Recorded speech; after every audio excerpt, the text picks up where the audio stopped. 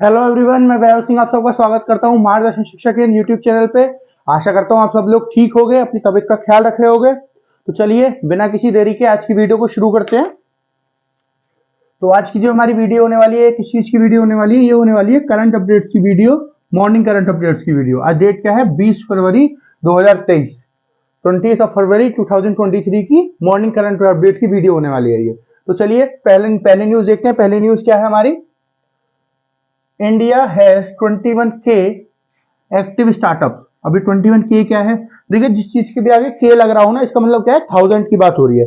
तो यहाँ पे बोला जा रहा है 21,000 एक्टिव स्टार्टअप। एक्टिव का मतलब जो अभी प्रेजेंटली चल रहे हैं, बिल्कुल एक्टिव है जो ऐसे स्टार्टअप्स। अब स्टार्टअप्स क्या होते हैं? देखिए, स्टार्टअप्स ऐसी कंपनियां होती है जो मतलब जो नई नई कंपनी खुलती है ना, उनको स्टार्टअप्स बोलते हैं। जो नई नई कंपनी खुलती है उनको स्टार्टअप्स बोलते हैं। तो इंडिया के पास इस समय पे टोटल 21,000 से ज्यादा स्टार्टअप्स हैं, ये बोला जा रहा है इसमें ना। 21,000 में बोला जा रहा है 21,000 से ज्यादा एक्टिव स्टार्टअप है, ये न्यूज है। ओके, इस समय पे इंडिया के पास 21,000 से ज्यादा क्या है? एक्टिव स्टार्टअप है। ये किसने बताया है? देखिए, ये एक ऑर्गेनाइजेशन है जिसका नाम क्या है? नेस्कॉम। क्या नाम है ऑर्गेनाइजेशन का? ऑर्गेनाइजेशन का नाम है नेस्कॉम, NASSCOM।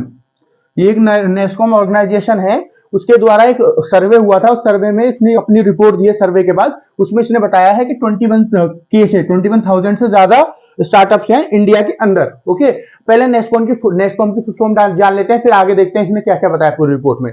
तो नेस्कॉम की फुल फॉर्म क्या होगी? नेस्कॉम की फुल फॉर्म होगी आपकी national association of software and service companies. क्या हो गई? National association of software and services companies. Okay, ये हो गई आपकी नेस्कॉम की आपकी फुल फॉर्म। तो आप समझ रहे होगे ये कोई ऑर्गेनाइजेशन है, इंटरनेशनल ऑर्गेनाइजेशन है, राष्ट्रीय ऑर्गेनाइजेशन है जो सॉफ्टवेयर और सर्विसेज जो कंपनीज होती हैं उनके लिए काम करती है। ओके, उनके लिए काम करती है। किसके लिए? सॉफ्टवेयर एंड सर्विसेज कंपनीज जो होती है उनके लिए काम करती है नेस्कॉम। अच्छा, अब बात करते हैं कि इसने अपनी रिपोर्ट में बताया क्या है। देखिए, इसने क्या बताया है? इसने बताया टोटल तो हमारे पास 21,000 से ज्यादा जो है स्टार्टअप है। पहली चीज तो ये बताई। दूसरी चीज इसने बताई है, बेसिकली ये बात करना चाहती थी जो टेक स्टार्टअप होते हैं। टेक स्टार्टअप मतलब जो टेक्नोलॉजी ड्रिवन स्टार्टअप होते हैं, जो टेक्नोलॉजी के ऊपर काम करते हैं, ऐसे startup.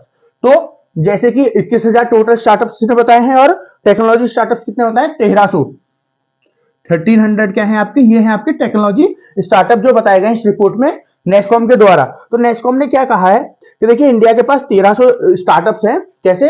Tech startups, technology based startup. और अगर टेक स्टार्टअप के बारे में बात करें, टेक्नोलॉजी बेस्ड स्टार्टअप की बात करें, तो इंडिया पूरी दुनिया में तीसरे नंबर पे आता है। तीसरे नंबर पे, पहले नंबर पे कौन आता है? पहले नंबर पे आपका यूएसए आता है। दूसरे पे कौन आता है? दूसरे पे चाइना आता है। और इंडिया कौन से पे आता है?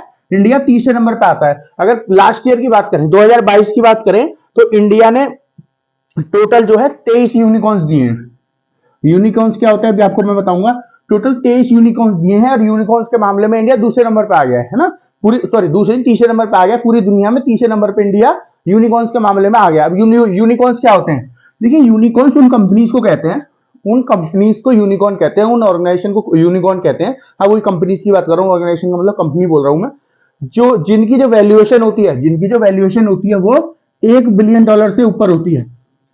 कितनी? $1 बिलियन से जिनकी वैल्यूएशन ऊपर होती है, जिनको इतनी फंडिंग मिल, मतलब जिनकी वैल्यू इस ये जो है आपकी $1 बिलियन के हिसाब से जिनको फंडिंग मिल चुकी होती है, वो जो कंपनीज होती हैं जिनकी वैल्यू लग चुकी होती है कि ये कंपनी $1 बिलियन की हो गई है, उन कंपनीज को यूनिकॉर्न बोलने लगते हैं। तो इंडिया ने जो है क्या बोलते हैं, पिछले एक साल में 23 यूनिकॉर्न जो है दी है दुनिया को, है ना। 23 यूनिकॉर्न टोटल दी है। तो सबसे टॉप पे कौन है यूनिकॉर्न में? सबसे टॉप पे है आपका यूएसए, फिर चाइना, और उसके बाद इंडिया। इंडिया ने सबको पीछे छोड़ के तीसरे नंबर पे इंडिया आ गया है। अभी पिछले कुछ सालों तक इंडिया जो है काफी पीछे था। इंडिया जो है 5वें 6वें नंबर पे हुआ करता था, लेकिन पिछले 2-3 सालों में इंडिया ने बहुत सारे स्टार्टअप दिए। हमने 100 से स्टार्टअप नहीं, सॉरी, बहुत सारे यूनिकॉर्न्स दिए हैं। हम लोग जो है 100 से ऊपर पहुंच चुके हैं यूनिकॉर्न के मामले में, काफी ऊपर पहुंच गए। तो 100 से तो पिछले साल हमने टोटल 23 यूनिकॉर्न्स दिए हैं। ओके, जैसे यूनिकॉर्न्स की मैं बात करूं, कुछ यूनिकॉर्न्स कंपनी की अगर स्टडी के फील्ड में अगर मैं बात करूं, तो जैसे अनअकैडमी, आप सबने सुना होगा, ये एक यूनिकॉर्न है। फिजिक्स वाला, ये भी एक यूनिकॉर्न है ना। तो ऐसे ही बाइजूस, ये भी एक यूनिकॉर्न है। ये मैंने स्टडीज के कुछ यूनिकॉर्न तो बता दी। ये कौन सी है? जिनकी वैल्यूएशन कितने से ज्यादा? $1 बिलियन से ज्यादा ऑलरेडी लग चुकी है। और की बात करूं, जैसे भारत पे, है ना, ये कोई स्टडी कंपनी नहीं है, लेकिन ये भी आपकी एक यूनिकॉर्न है। और और बहुत सारी कंपनियां जो बहुत सारी यूनिकॉर्न्स हैं, तो उन जिनकी valuation 1 crore, 1 lakh, sorry, $1 billion से ज्यादा है, उनको यूनिकॉर्न्स बोलते हैं। तो इसमें क्या बताना चाह रहा है कि इंडिया जो है टेक के मामले में, टेक कंपनीज है ना, जो टेक्नोलॉजी ड्रिवन कंपनीज हैं, जो टेक कंपनीज है, टेक्नोलॉजी ड्रिवन कंपनीज हैं, उनके मामले में काफी आगे चल रहा है। लेकिन क्या हुआ है पिछले कुछ दिनों में, 2022-23 में क्या हुआ है, 2022-23 में क्या है, इंडिया को जो इन्वेस्टमेंट मिल रही थी, जो इंडिया के स्टार्टअप्स को इन्वेस्टमेंट मिल रही थी, काफी गिर गई है। जो इंडिया की कंपनीज को, ये स्टार्टअप्स थे, इंडिया की जो स्टार्टअप्स को इन्वेस्टमेंट मिल रही थी वो गिर गई है, वो कम हो गई है। अब इन्वेस्टमेंट कैसे मिल रही थी ये नहीं समझे होगे आप अगर, तो मैं आपको बताता हूँ। देखिए कोई भी कंपनी है उसको चलने के लिए पैसे की जरूरत है। अब वो पैसा जो है अपने आप अपनी जेब से तो लगाती नहीं है ना, जब उसके पास बहुत सारा पैसा हो, जब अपनी जेब से लगाए तो समझ में आता है। पर जब स्टार्टअप डाल रहा है, कोई नई कंपनी डाल रहा है, तो उसको पैसे की जरूरत है, तो कहां से पैसा लेगा? वो या तो कोई सी कंपनी में इन्वेस्ट कर दे, है ना। जैसे अगर मैं आपको बताऊं, अगर आपने देखा हो एक शार्क टैंक करके शो आता है आजकल, है ना, जिसका सीजन 2 चल रहा है इस समय, तो उसमें क्या होता है, उसमें क्या करते हैं, इन्वेस्टमेंट मांगने आते हैं लोग, है ना, जो शार्क्स बैठे होते हैं, खुद की बहुत बड़ी बड़ी कंपनियां हैं, उनसे इन्वेस्टमेंट मांगने आते हैं, उनको बताते हैं कि जी हमारा ये आइडिया है, और उनको फिर कुछ परसेंटेज इक्विटी के बदले में क्या कहते हैं, इन्वेस्टमेंट दे दी जाती है, उनको पैसे दे दिया जाता है। उस इन्वेस्टमेंट से वो क्या करते हैं, उस पैसे से वो अपनी कंपनी को आगे बढ़ाते हैं, और जब उस कंपनी को फायदा होता है तो जितना परसेंट उन्होंने लिया होता है, जो शार्क्स होते हैं जिन्होंने पैसे दिए होते हैं, उतना परसेंट उनके पास प्रॉफिट पहुंच जाता है। तो ये ऐसे करके इसमें काम चलता है। ओके, तो 2022-23 के मामले में इंडिया के पास काफी कम क्या है, इन्वेस्टमेंट आई है। देखिए अगर बात करें ना, पहले बात करते हैं हम कोविड-19 से पहले की। कोविड-19 कब आया था? 2019 में। तो कोविड-19 जब 2019 में आया था जब कोविड-19 2019 में आया था, तो इंडिया ने total 13.1 billion dollar 13.1 billion dollar की क्या है, इन्वेस्टमेंट पाई थी। इंडिया की कंपनीज ने 13.1 बिलियन डॉलर की इन्वेस्टमेंट पाई थी। कब? 2019 में। ओके, 2019 में। फिर उसके बाद 2020 में थोड़ी गिर गई, फिर 2021 में तो काफी मतलब बढ़ गई, गिरी नहीं 2021 में, फिर दोबारा से बढ़ गई। लेकिन अब क्या हो रहा है, 2000 जैसे 22 आ रही है, जैसे 2022 आ रही है, तो 2022 में गिर रही है। 2022 में क्या है, गिर रही है। जैसे अगर मैं 2021 की बात करूं, 2021 की बात करूं, देखिए 2019 में ठीक थी, फिर 2020 में तो कोरोना की वजह से गिर गई, जो कोविड-19 आया उसकी वजह से गिर गई। लेकिन 2021 में हमारी काफी हद तक बढ़ गई, हमारी क्या बढ़ गई, इन्वेस्टमेंट हमारी काफी हद तक बढ़ गई। कितनी हो गई? 18.2 बिलियन डॉलर। 18.2 बिलियन डॉलर, ये यूएस डॉलर की बात हो रही है। इतनी बढ़ गई, देखिए कितनी बढ़ गई, 2019 के मुकाबले कितनी ज्यादा बढ़ गई है। लेकिन जैसे 2022 आया है ना, तो हमारी इन्वेस्टमेंट दोबारा से गिर गई है। अब क्यों गिर गई है इसके बारे में बात करेंगे। तो ये जो है इन्वेस्टमेंट हमारी गिर रही है, हमारी जो इन्वेस्टमेंट गिर रही है, इसी वजह से ये जो सर्वे किया गया था, किसके द्वारा, नेस्कॉम के द्वारा किया गया था, कैसी क्या परेशानी है जिसकी वजह से हमारी जो है ये जो इन्वेस्टमेंट, हमारे जो स्टार्टअप्स नए नए खुल रहे हैं, इनको जो इन्वेस्टमेंट मिल रही है, गिर क्यों रही है। अब पहले बहुत सारी स्टार्टअप्स को हमारे को इन्वेस्टमेंट मिल रही थी, अब इतने सारे स्टार्टअप्स को इन्वेस्टमेंट नहीं मिल पा रही है। तो इन्होंने क्या पाया अपनी रिपोर्ट में, पूरे सर्वे में इन्होंने क्या पाया कि देखिए जो पहले 2020 में कोरोना आ गया, अभी कोरोना ठीक से गया नहीं है ना। फिर उसके बाद 2022 में क्या हुआ, ऐसा वर्ल्ड इवेंट जिसने बहुत सारी चीजों को अफेक्ट किया, रशिया यूक्रेन की वॉर, ठीक है। तो ये जो लगातार जो चीजें चल रही है ना, ये जो लगातार चीजें चल रही हैं, पहले कोरोना आया, फिर रशिया यूक्रेन की वॉर आ गई, उसकी वजह से क्या हो रहा है, जो हमारी ग्लोबल इकोनॉमी है, मतलब जो पूरी दुनिया की इकोनॉमी है, धीरे धीरे नीचे गिर रही है ना, काफी नीचे गिर रही है। उसकी वजह से क्या है, लोग जो है रिस्क नहीं लेना चाहते। क्योंकि देखिए अगर आप किसी स्टार्टअप में पैसे डालते हो, भले ही आपको आइडिया कितना ही पसंद आया हो, है ना, भले ही आपको आइडिया कितना ही पसंद आया, पैसे तो आप जब भी डालोगे ना, जब स्टार्टअप का आपको आइडिया पसंद आएगा, तो आपको आइडिया भले ही कितना भी पसंद आया हो, लेकिन उसमें फिर भी एक रिस्क रहती है। किसी को पता नहीं है कंपनी चल पाएगी कि नहीं चल पाएगी, है ना। कितना भी अच्छा आइडिया लोगों को पसंद आएगी कि नहीं आएगी, जब लोगों को पसंद आएगी जब तो कंपनी चलेगी। और कई बार जो है रिपीटेड आइडियाज भी बहुत अच्छे से चल जाते हैं, कई बार रिपीटेड आइडियाज भी बहुत अच्छे से चल जाते हैं। जैसे मैं आपको आइडिया दूं, बूट कंपनी है जो हेडफोन्स वगैरह और ये सब बनाती है ना, अब तो वॉचेस वगैरह सब कुछ ही बनाने लगी है। तो पहले से ऐसी कोई कंपनी नहीं थी क्या? बहुत सारी कंपनी थी ऐसी, लेकिन ये इंडियन कंपनी थी पहली। तो देखिए इसको कितनी सारी प्रोग्रेस मिली, तब बल्कि खुद भी नहीं बनाती प्रोडक्ट, चाइना से इंपोर्ट करती है सारे प्रोडक्ट। तो देखिए कई बार रिपीटेड आइडिया भी बहुत अच्छे से चल जाते हैं, है ना, कई बार रिपीटेड आइडिया भी बहुत अच्छे से चल जाते हैं, लेकिन कई बार क्या है, ओरिजिनल आइडिया भी नहीं चलते। तो ये जो स्टार्टअप होते हैं इनमें पैसे डालना ना रिस्क होता है बहुत बड़ा। तो कोई भी जो है, जब हमारी इतनी ग्लोबल इकोनॉमी गिरती चली जा रही है, तो कोई भी नहीं चाहता कि कोई भी रिस्क ले किस चीज में, नए स्टार्टअप में ज्यादा से ज्यादा पैसे लगा के। इस वजह से क्या है, हमारे जो नए स्टार्टअप्स हैं, जो बिल्कुल ऐसे हो गए स्टार्टअप्स हो रहे हैं जिनको लग रहा है कि हाँ जी ये तो बिल्कुल चली जाएंगे, ऐसो में ही ज्यादातर फंडिंग मिल पा रही है। बाकी सब में फंडिंग या फिर इन्वेस्टमेंट एक ही बात है। फंडिंग मतलब भी पैसा प्रोवाइड करना, और इन्वेस्टमेंट मतलब भी नहीं मिल पा रही है, इन्वेस्टमेंट अच्छे से नहीं मिल पा रही। ये इन्होंने क्या ढूंढा, ये इन्होंने कारण ढूंढा। लोग जो है, जो भी इन्वेस्टर्स थे, वो जो भी ऑर्गेनाइजेशन कोई इन्वेस्ट कर रही है या कोई भी बिजनेसमैन इन्वेस्ट कर रहा है, वो ज्यादातर क्या है, ग्लोबल इकोनॉमी जो इतनी सारी वो हो रही है, ग्लोबल इकोनॉमी जो इतनी गिर रही है उसकी वजह से क्या है, इन्फ्लेशन बढ़ रही है, मतलब महंगाई बढ़ रही है, ग्लोबल इकोनॉमी गिरती चली जा रही है, उसकी वजह से क्या हो रहा है, कोई भी इन्वेस्टर जो है पैसे नहीं लगाना चाह रहा है। जैसे कि ज्यादातर स्टार्टअप में पैसे पैसे कौन लगाता है ना, कहां से इन्वेस्टर्स लगाते हैं, अगर इंडिया को छोड़ दो तो ज्यादातर कहां से, यूएस से या यूरोप से, ज्यादातर यहीं से इन्वेस्टर आते हैं हमारे यहाँ कंपनी में पैसे लगाने के लिए। लेकिन देखो यूरोप की स्थिति वैसी खराब चल रही है रशिया यूक्रेन वॉर की वजह से, ठीक है। और जो यूएसए, मैंने इसमें बताया था, इन्होंने अपने जो फेडरल लॉज है वो बहुत ज्यादा मजबूत कर दिए हैं, है ना, बहुत ज्यादा टाइट कर दिए हैं, जिसकी वजह से क्या है, लोन लेना भी इतना आसान नहीं हो गया है। क्योंकि देखिए कोई भी अगर आपके पास लगा भी रहा है ना, कोई भी अगर पैसे लगा भी रहा है, बहुत बड़ी जब इन्वेस्टमेंट कोई करता है तो हर किसी के पास जेब में तो रखे नहीं होते, ना बैंक में रखे होते इतने पैसे, तो बहुत सारे लोग लोन लेके लगाते हैं। तो लोन जो है, लोन लेने की जो शर्तें हैं वो बहुत ज्यादा कड़ी हो गई है यूएस में, उसकी तो फेडरल बैंक ने कर दी है। इसकी वजह से भी क्या है, लोग कम लोन ले रहे हैं, और कम लोन ले रहे हैं तो इन्वेस्टमेंट भी कम कर रहे हैं, ठीक है। तो ये कुछ वजह है जिसकी वजह से क्या है, इन्वेस्टमेंट जो है पिछले ये 2022-23 में गिरी है। ये वजह है जिसकी वजह से इन्वेस्टमेंट जो है 22-23 में गिरी है। ओके, अब हम बात करते हैं चलिए कि करंट सिनेरियो क्या चल रहा है। करंट सिनेरियो मतलब प्रेजेंटली इस समय पे क्या चल रहा है, इस समय पे प्रेजेंटली क्या चल रहा है। तो अगर प्रेजेंटली बात करें तो ये तो मैंने आपको बता दिया कि इंडिया ने कितनी यूनिकॉर्न दी है, लेकिन अब जो बहुत सारी स्टार्टअप्स हैं, क्योंकि देखिए 23 यूनिकॉर्न दी हैं, 21,000 से ज्यादा कंपनी स्टार्टअप्स हैं, तो इसका मतलब बहुत सारी, तो बहुत सारी क्या 99% तक तो क्या है, 99% तक तो भी यूनिकॉर्न बनी नहीं है ना। तो गवर्नमेंट ऑफ इंडिया को फोकस करना होगा, या फिर जो इंडिया के बिजनेसमैन है जो इन्वेस्टमेंट कर सकते हैं उनमें, जो इनको फंडिंग कर सकते हैं, प्रोवाइड कर सकते हैं, उनको फोकस करना होगा। ये जो आपकी कंपनी जो अभी आपकी यूनिकॉर्न नहीं बनी है, जो नॉन यूनिकॉर्न कंपनी है, उनके ऊपर ज्यादा से ज्यादा इन लोगों को फोकस करना होगा। ओके, ज्यादा से ज्यादा फोकस करना होगा। जैसे अगर 2022 की मैं बात करूं तो टोटल 1400 कंपनीज को क्या मिला है, फंडिंग मिली है। तो ये जो है, ये 1400 से ज्यादा बहुत तेजी से बढ़ानी होंगी, और ज्यादा से ज्यादा कंपनीज को फंडिंग प्रोवाइड करनी होगी, ज्यादा से ज्यादा कंपनी को फंडिंग प्रोवाइड करनी होगी। ओके, है ना। जब हम ज्यादा से ज्यादा कंपनीज को फंडिंग प्रोवाइड करेंगे तो हमारी जो कंपनीज हैं वो जो है ज्यादा से ज्यादा यूनिकॉर्न की तरफ बढ़ेंगी, ज्यादा से ज्यादा प्रोग्रेस करेंगी, ठीक है। जितनी हमारी कंपनीज प्रोग्रेस करेंगी उतना ही हमारा देश जो है हमारी प्रोग्रेस करेगा। ओके, फिर इन्होंने वे फॉरवर्ड क्या बताया, वे फॉरवर्ड मतलब अब आगे क्या करना चाहिए कंपनीज को, या फिर जो आपकी हमारा देश है उसको आगे क्या करना चाहिए। देखो इन्होंने बोला कि हमारे यहाँ पे और ज्यादा स्टार्टअप्स खुलने चाहिए, ठीक है। फंडिंग तो आती रहेगी, फंडिंग तो मिली जाया करेगी, आपको जो है और ज्यादा स्टार्टअप्स खोलने हैं, अलग अलग फील्ड्स में खोलने हैं, ज्यादातर फोकस करना है। जो स्टार्टअप्स खुले वो कहां पे खुले, वो खुले आपके जो इन्वायरमेंट रिलेटेड स्टार्टअप्स होते हैं ना, उनमें काफी पैसा आजकल लगाया जा रहा है इन्वेस्टर्स के द्वारा, है ना। जो इन्वायरमेंट फ्रेंडली आपके वो है, जो इको फ्रेंडली आपके स्टार्टअप्स होते हैं, उनके ऊपर पैसा लगाया जाए, है ना।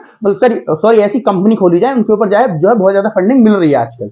ओके, ये इन्होंने वे फॉरवर्ड बताया है। चलिए आगे देखते हैं, नेक्स्ट पॉइंट देखते हैं। नेक्स्ट पॉइंट क्या है हमारा, president's colour honour to the Haryana police.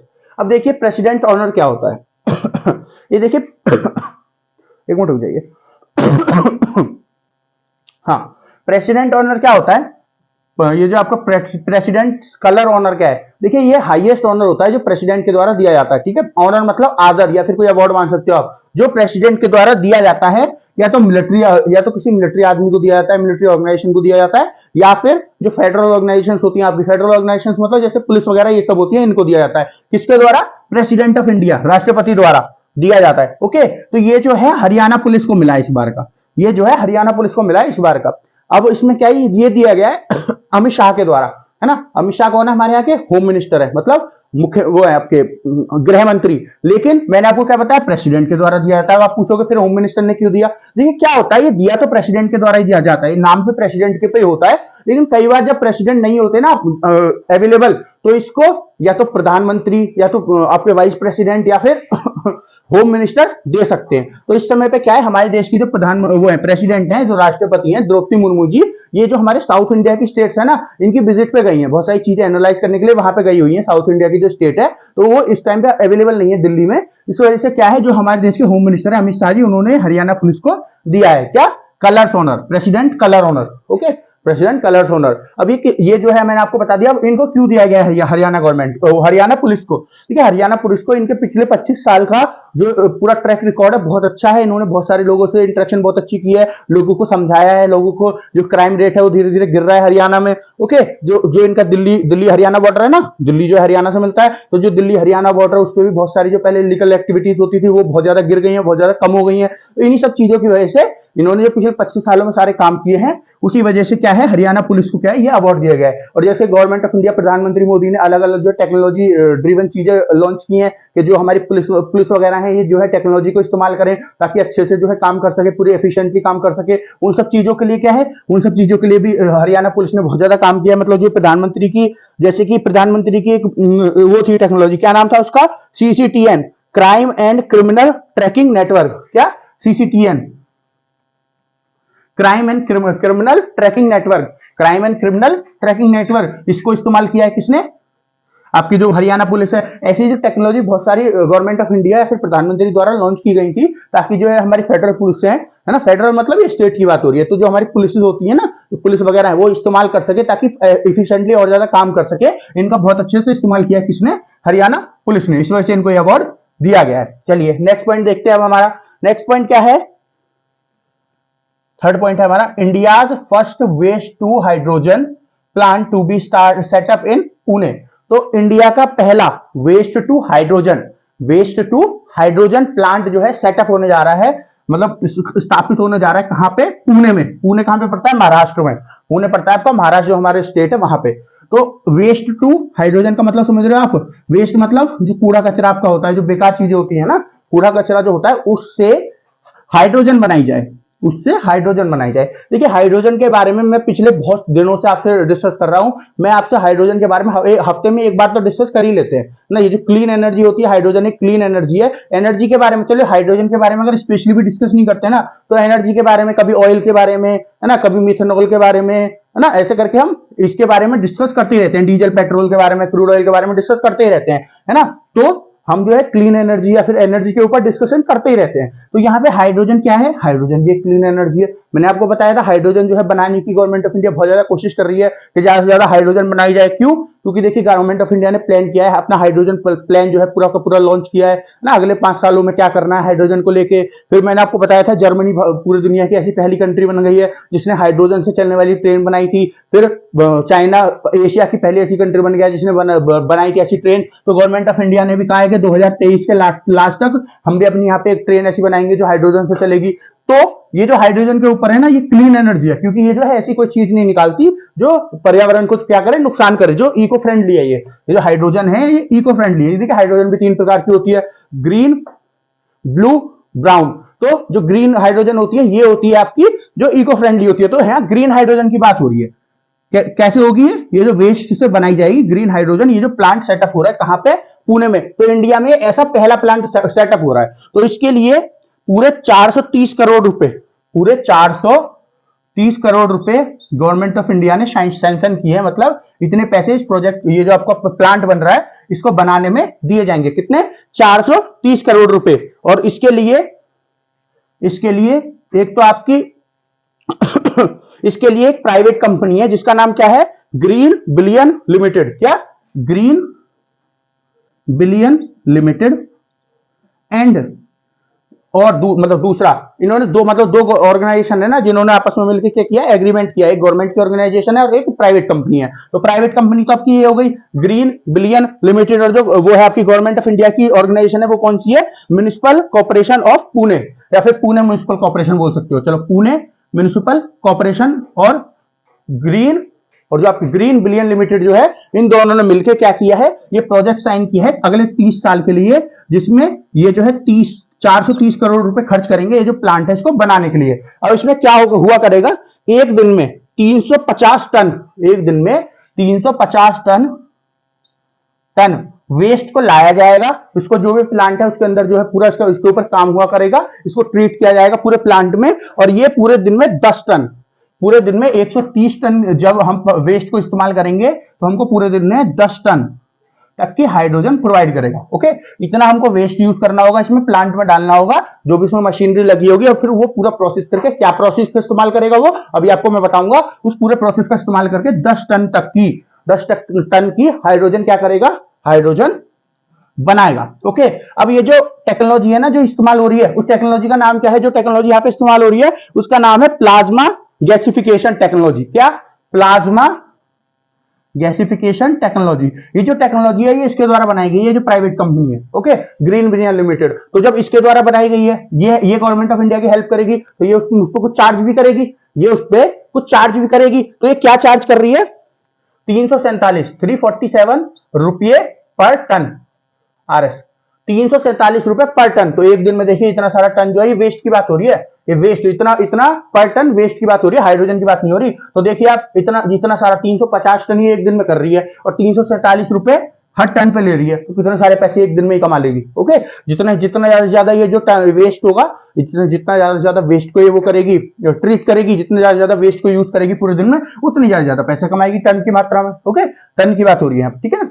तो ये कुछ वो है, क्या बोलते हैं उसको, जो ये चार्ज करेगी किसके ऊपर, ये जो आपकी ग्रीन विलियम लिमिटेड है, ये जो ये गवर्नमेंट ऑर्गेनाइजेशन है आपकी पुणे की म्युनिसिपल कॉर्पोरेशन, इसको उसको देने होंगे, किसको, ये जो आपकी ग्रीन विलियम लिमिटेड है, क्योंकि इसकी और टेक्नोलॉजी यूज हो रही है तो इसको भी तो कोई फायदा होगा, ये भी तो पैसे कमाएगी ना उससे। तो ये जो है पूरा प्रोसेस है जो ये प्लांट सेटअप किया जा रहा है। ओके, ये जो प्लांट सेटअप किया जा रहा है पूरा प्रोसेस मैंने आपको बता दिया, कौन सी टेक्नोलॉजी यूज होगी ये बता दी, किसकी टेक्नोलॉजी यूज होगी, ये दो ऑर्गेनाइजेशन है, कितना कितना एक दिन में इसके अंदर काम होगा, इतना पैसा खर्च किया जाएगा, एक पॉइंट उसमें मैं आपको बताने वाला हूं। और दूसरा पॉइंट क्या है कि इस प्लांट के साथ साथ वहीं पे बगल में जहां पे प्लांट बन रहा है पूरे कैंपस में, वहीं पे साइड में स्टोरेज कैपेसिटी भी बनाई जाएगी। स्टोरेज कैपेसिटी देखिए 350 करोड़ रुपए, 430 में से 350 करोड़ रुपए तो खाली प्लांट के लिए होंगे। ये जो प्लांट बनाया जा रहा है, ये जो प्लांट बनाया जा रहा है खाली इसी के लिए होंगे, हाइड्रोजन प्लांट जो है ये। और जो 80 करोड़ रुपए आपके बचे ये किसके लिए होंगे, ये होंगे आसपास जो है स्टोरेज फैसिलिटी बनाने के लिए, लॉजिस्टिक फैसिलिटी बनाने के लिए। क्योंकि देखिए जब हाइड्रोजन बनेगी तो उसको स्टोर भी तो कहीं करना होगा। हाइड्रोजन ऐसी चीज तो है नहीं कि कहीं भी स्टोर कर दो, इसको पूरा स्पेसिफिक स्ट्रक्चर चाहिए जहां पे स्टोर की जाएगी, जहां पे खराब ना हो, जहां पे उड़े ना, वरना हवा में उड़ जाएगी तो कोई फायदा नहीं है इसको बनाने का, फिर इसको इस्तेमाल कैसे करेंगे। तो इसको प्रॉपर जो है क्या किया जाए, स्टोर किया जाए, तो ऐसे स्टोरेज फैसिलिटी बनेगी। लॉजिस्टिक्स की जरूरत होगी, लॉजिस्टिक्स की जरूरत क्यों होगी, लॉजिस्टिक क्या होता है, सामान को एक जगह से दूसरी जगह ले जाने के लिए जो भी पूरा प्रोसेस यूज होता है उसको लॉजिस्टिक्स बोलते हैं। तो जो हाइड्रोजन को एक जगह से दूसरी जगह ले जाया जाएगा तो उसके लिए भी पूरी जो है पूरा प्रोसेस होना चाहिए, पूरी स्ट्रीमलाइन स्ट्रक्चर होना चाहिए। इन सब उस लॉजिस्टिक्स को बनाने में और उस स्टोरेज को बनाने में 80 करोड़ रुपए खर्च किए जाएंगे, ठीक है। बाकी जो 350 करोड़ रुपए बचे वो कहां किए जाएंगे, उस प्लांट को बनाने में खर्च किए जाएंगे, ठीक है, वेस्ट टू हाइड्रोजन प्लांट को बनाने में। चलिए नेक्स्ट न्यूज देखते हैं हम। Israel's new law to strip Arab attackers of citizenship. तो इजराइल, सब जानते हैं इजराइल देश को, तो इजराइल जो है इसने एक नया लॉ लेके आई है। क्या क्या लॉ लेके आई है कि जो अरब लोग हैं, अरब मतलब समझते हो आप, जो सऊदी अरेबिया है ना, सऊदी अरेबिया, यूएई, यहाँ पे जो सब रहते हैं, सीरिया वगैरह, यहाँ पे जो सब लोग रहते हैं इनको क्या बोलते हैं, अरब से बोलते हैं। जो अरब लोग हैं है ना, वो जो अरब अटैकर्स हैं, अटैकर्स की बात हो रही है, अरब लोगों की नहीं, अरब अटैकर्स की। अटैकर्स मतलब जो इजराइल पे हमला कर, कहां गया, हाँ, जो आपके इजराइल पे हमला कर सकते हैं, ऐसे अटैकर्स को क्या करेगा, इनकी जो सिटीजनशिप है उनको छीन लेगी। कौन, इजराइल की गवर्नमेंट, ये नया लॉ लेके आई है ना। अब इस लॉ के अंदर क्या होगा, इस लॉ के अंदर क्या किया जा रहा है, इस लॉ के अंदर किया जा रहा है कि जो इजराइल गवर्नमेंट है, इजराइल की गवर्नमेंट है ना, इसने जो इनकी जो पार्लियामेंट है वहां पे लॉ पास कर लिया है ऑलरेडी। तो इन्होंने क्या बोला है कि देखिए बहुत सारे ऐसे अरब के लोग होते हैं, जो बहुत सारे जो मुस्लिम है, क्योंकि अरब भी मुस्लिम है। क्योंकि देखिए आपको मैं पहले भी कई बार बता चुका हूं किसके बारे में, रुक जाइए, पहले भी मैं आपको इजराइल और पैलेस्टीन के मुद्दे के बारे में कई बार बता चुका हूं। जो पैलेस्टाइन जूस है और जो ये जो आपके पैलेस्टीन वाले लोग हैं मुस्लिम्स हैं। तो आसपास जितनी भी पूरी देश है ना, जैसे इजराइल घिरा हुआ है वो सब मुस्लिम देश है। तो ज्यादातर 90% जो है वो इन्हीं को सपोर्ट करते हैं, किसको, पैलेस्टीन को। तो इसी वजह से बहुत सारे बाहर के लोग जो है, बहुत सारे मुस्लिम जो बाहर से अरब कोई मुस्लिम आके यहाँ बस जाता है, कहाँ पे, इजराइल में, यहाँ की सिटीजनशिप ले लेता है। और फिर उसके बाद जो ये पैलेस्टीन वाले जो लोग है ना, इनसे पैसे ले लेके और यहाँ पे कुछ ना कुछ अटैक वगैरह करता रहता है। इससे किसको नुकसान है, इससे इजराइल को नुकसान है। तो इसी वजह से इजराइल ने क्या बोला कि अगर ऐसा कोई भी आदमी आइडेंटिफाई होगा, है ना, इस लॉ के अंदर, जो नया लॉ लेके आई है इजराइल की गवर्नमेंट के, कोई भी ऐसा आदमी अगर आइडेंटिफाई किया जाएगा जो अटैक कर रहा है या कहीं से फंडिंग ले रहा है, ये पैलेस्टीन वगैरह कहीं से फंडिंग ले रहा है, उसको क्या होगा, उसकी सिटीजनशिप को छीन लिया जाएगा और उसको देश से बाहर निकाल दिया जाएगा, उसको देश से बाहर निकाल दिया जाएगा। अब इजराइल और पैलेस्टीन का मुद्दा क्या है ना, ये तो मैं आपको वैसे भी पहले कई बार बता चुका हूं। बाकी जब आपको वर्ल्ड हिस्ट्री या फिर वर्ल्ड के बारे में बताया जाएगा, वर्ल्ड हिस्ट्री के बारे में बताया जाएगा, जब आपको इसके बारे में पूरा पूरा बताया जाएगा। फिलहाल ये समझ लीजिए, क्योंकि ये दोनों अलग उसके हैं, किसके, रिलीजन के लोग हैं, इस वजह से इनके यहाँ बहुत ज्यादा मुद्दा है ना। ओटोमन एम्पायर, वैसे मैंने आपको बता रखा, ओटोमन एम्पायर के कब्जे में ये वाला इलाका हुआ करता था। फिर जब पहली वर्ल्ड वॉर हुई उसमें क्या हुआ, जो एक मिनट हो जाए, जब पहली वर्ल्ड वॉर हुई तो उसमें जो भी ये जूस पीपल थे, जो जूस लोग थे, है ना, यहूदी, जूस मतलब यहूदी, इनके ऊपर बहुत ज्यादा अत्याचार हो रहा था। फिर उसके बाद तो ये धीरे धीरे करके इस जगह पे आने लगे। इनका कहना था ये वो जगह है जहाँ पे इनके पूर्वज रहा करते थे, हम यहाँ पे सबसे ज्यादा सुरक्षित है। यहूदी जो लोग हैं यहाँ पे पहले से कौन रहते थे, क्योंकि ओटोमन एम्पायर का राज था और यहाँ पे पहली जो विश्व युद्ध हुआ था उसमें ओटोमन एम्पायर हार गया था, तो यहाँ से राज तो खत्म हो गया था। लेकिन जो यहाँ पे मुस्लिम लोग उन्होंने कन्वर्ट किए थे वो तो रहते ही थे। पैलेस्टीन में जो इलाका है यहाँ पे जो मुस्लिम लोग उन्होंने कन्वर्ट किए थे, क्योंकि पहले कोई भी मुस्लिम ऑर्गेनाइजेशन होती थी वो क्या करती थी, कब्जा करते कन्वर्टन शुरू कर देती थी, एक धर्म से मुस्लिम धर्म में, जिस भी धर्म के हैं वो उससे मुस्लिम धर्म में। तो उन्होंने मुस्लिम धर्म में बहुत सारे लोग यहाँ पे कन्वर्ट कर दिए थे। तो जब यहूदी यहाँ पे आके रहने लगे तो पहले तो थोड़े थोड़े ही आ रहे थे, लेकिन जब दूसरा विश्व युद्ध हुआ और हिटलर ने इनके ऊपर बहुत ज्यादा अत्याचार किया तो उसके बाद बहुत सारी मात्रा में आने लगे। जब बहुत सारे लोग आने लगे यहाँ पे जो यहूदी थे, तो इन्होंने फिर अपने लिए एक अलग अलग वो उसकी लैंड की मांग करी। लेकिन जो अरब लोग थे या फिर जो पैलेस्टीन वाले जो मुस्लिम थे वो मान नहीं रहे थे, तो इनके बीच में फिर थोड़ा बहुत कॉन्फ्लिक्ट हुआ, ये हुआ, लड़ाई वड़ाई हुई। और इसके बाद जो इजराइल के लोग हैं, जो यहूदी हैं, इन्होंने जमीन तो ले ली, तो इसकी वजह से इनके बीच में फिर कॉन्फ्लिक्ट चलता है। ये कहते हैं पैलेस्टीन की तुमने हमारी जमीन ले ली, इजराइल वाले कहते हैं, यहूदी कहते हैं कि ये तो हमारी जमीन थी, तुम इस पे गलत तरीके से रह रहे हो। तो ऐसे करके इनके बीच में कॉन्फ्लिक्ट है जो बहुत लंबे समय से चला आ रहा है और अभी भी चल ही रहा है कंटिन्यू। ठीक है, पहले वर्ल्ड वॉर से बता रहा हूं मैं आपको, पहली वर्ल्ड वॉर के बाद से फिर अब दूसरी वर्ल्ड वॉर खत्म हो गई। और अब देखिए कितना टाइम हो गया, दूसरी वर्ल्ड वॉर कब खत्म हुई थी, दूसरी वर्ल्ड वॉर भी 44 में जाके 44-45 में खत्म हो गई थी। तो जब से 1944-45 में तो अब तक चल रही है और अभी भी दूसरे तीसरे दिन इनके बीच में लड़ाई होती रहती है कि इजराइल ने जो है वो इनके ऊपर क्या कहते हैं, पैलेस्टीन के ऊपर अटैक कर दिया, या फिर वेस्ट बैंक दो इलाके हो गए हैं किसके, पैलेस्टीन वाले लोग जो है ना, और बीच में सारे में क्या है, इजराइल है। दो इलाके ऐसे अलग अलग हो गए। ठीक है, अगर मैं यहाँ पे इजराइल का मैप बना दूं ना, तो एक तो यहाँ पे इसको बोलते हैं वेस्ट बैंक और एक यहाँ पे इसको बोलते हैं गाजा पट्टी, हिंदी में, इंग्लिश में बोलोगे तो गाजा स्ट्रिप, पट्टी जो इसको स्ट्रिप बोल देते हैं इंग्लिश में। तो ये दो इलाके हैं, तो यहाँ पे ये बीच वाला जो है इजराइल है। तो कभी इजराइल ने इसके ऊपर अटैक कर दिया, कभी गाजा पट्टी के ऊपर अटैक कर दिया, कभी वेस्ट बैंक के ऊपर कर दिया, कभी ये इनके जो लोग होंगे, जो मुस्लिम होंगे, वो आके इजराइल में कुछ ना कुछ अटैक करते रहते हैं, बॉम्ब वगैरह फोड़ते रहते हैं। तो ये सब चलता रहता है इनके यहाँ पे। ओके, तो इसी चीज से बचने के लिए इजराइल ने क्या कहा है, जो अरब अटैकर्स हमारे यहाँ पर रह रहे होंगे उनको जैसे हम आइडेंटिफाई करेंगे तुरंत से तुरंत अपने देश से निकाल देंगे। ओके, ये जो है ये अब इनका नया लॉ है, जो नया लॉ लेके आए हैं वो ये है। नेक्स्ट देखते हैं, नेक्स्ट क्या है, UN draft resolution call for cease fire Ukraine, cease fire in Ukraine. तो यूक्रेन में सीज फायर कर दी जाए, किसके द्वारा, रशिया के द्वारा, रशिया के द्वारा यूक्रेन में सीज फायर कर दी जाए। इसको लेके एक रेजोल्यूशन निकाला है, किसने निकाला है रेजोल्यूशन, रेजोल्यूशन निकाला है आपका यूरोप में, सॉरी यूएन ने निकाला है। जस्ट अ सेकंड, हाँ यूएन का रेजोल्यूशन है ये, यूएन ने एक रेजोल्यूशन निकाला है। हाँ यूएन ने एक रेजोल्यूशन निकाला है। इसमें क्या हुआ है कि ये जो यूरोप की देश है ना, जो यूरोप के देश है, यूरोप हो गए आपके, यूरोप के देश हो गए, यूरोपियन यूनियन के देश हो गए, या फिर आपका यूएसए हो गया, अमेरिका जो है, इनकी ज्यादातर चलती है यूएन में, इनकी ज्यादातर चलती है। अब देखिए रशिया और यूक्रेन की लड़ाई चल रही है काफी लंबे समय से। कब शुरू हुई थी रशिया यूक्रेन की लड़ाई, इनकी लड़ाई शुरू हुई थी आपकी 24 फरवरी को, 20 फरवरी आज हो गई, 2022 की बात कर रहा हूं मैं, 20 फरवरी आज हो गई, तो एक साल होने जा रही है, 4 दिन बाद एक साल हो जाएगी इनकी लड़ाई को शुरू हुए, और अभी भी कंटिन्यू लड़ाई चल रही है इन दोनों के बीच में। तो ये जो एक साल होने वाली है, इस एक साल को मार्क करने के लिए, बताने के लिए कि एक साल होने वाली है पूरी दुनिया को, ये जो आपका यूएन है इससे एक रेजोल्यूशन निकलवाया है, किसने, यूरोप ने और यूएसए ने, कि आप एक रेजोल्यूशन निकालिए कि जल्दी से जल्दी सीज फायर की जाए। और क्यों निकलवाया ये, ताकि पूरी दुनिया का ज्यादा से ज्यादा लोगों को इनका सपोर्ट मिल सके। कि पूरी एक साल से एक देश जो रशिया है, रशिया के खिलाफ इन्होंने निकलवाया रेजोल्यूशन कि एक देश जो है रशिया, वो यूक्रेन को परेशान कर रहा है, इसके लोगों को मार रहा है, इनकी जमीन पे कब्जा कर रहा है। अब देखिए ऐसा क्या है कि यूरोप और यूएस वाले जो लोग हैं वो रशिया को पसंद नहीं करते। देखिए वैसे तो एक ग्रेट गेम आपको मैं कई बार बता चुका हूँ, रशिया और यूएसए के बीच में या फिर यूरोपियन देशों के बीच में चल रहा है। ये कब से चल रहा है, दूसरे विश्व युद्ध के बाद से लगातार चल रहा है। हालांकि पहले से चल रहा है, लेकिन जो मेन पावर में आया था, मतलब जो मेन सबके सामने आया था, वो कब आया था, दूसरे विश्व युद्ध के बाद। दूसरे विश्व युद्ध में जब दूसरा विश्व युद्ध, रशिया जो है सबसे ज्यादा टॉप पे चल रहा था दूसरे विश्व युद्ध में, क्योंकि ये ऐसी कंट्री था जिन्होंने पहली बार किसको हराया था, जर्मनी को हराया था। तो इनकी बहुत ज्यादा वाहवाही हो रही थी। तो जब इन्होंने बहुत ज्यादा वाहवाही ले ली, तो यूएसए को लगा सारी वाहवाही जो है रशिया ही ना ले जाए, है ना, रशिया या फिर उस समय पे यूएसएसआर हुआ करता था, ना ले जाए, तो क्या किया यूएसए ने, क्या किया, आपका जो जापान है उसके ऊपर परमाणु बम फेंक दिए। क्यों? कि ये कहवाने के लिए कि लड़ाई जो है वो हमने खत्म करी, क्योंकि जैसे परमाणु बम जापान के ऊपर फेंके तो जो दूसरा विश्व युद्ध था धीरे धीरे खत्म हो गया बिल्कुल। तो ये इसलिए क्या हुआ, तभी से इन दोनों की क्या हुई, कॉन्फ्लिक्ट बहुत ज्यादा शुरू हो गई। उसके बाद फिर कोल्ड वॉर चली इतने लंबे समय तक, है ना, क्यूबन मिसाइल क्राइसिस शुरू हुई थी कोल्ड वॉर 62 में, 1962 में, और उसके बाद लगातार चलती रही। फिर कोल्ड वॉर जाके खत्म कब हुई, 1991 में। उस टाइम पे क्या हुआ, यूएसएसआर जो था आपका, ये 14 कंट्रीज में टूट गया। यूएसएसआर जो है 14 से 15 कंट्रीज में टूट गया था उस समय पे। वो बहुत सारी कॉन्फ्लिक्ट थी, इंटरनल कॉन्फ्लिक्ट, उनकी वजह से टूट गया था। तो वहीं से बहुत सारे देश निकल के आए, वहीं से एक रशिया निकल के आया, है ना, जो यूएसएसआर की पूरी लेगेसी था वो रशिया है ना, जो मेन देश था वो रशिया था।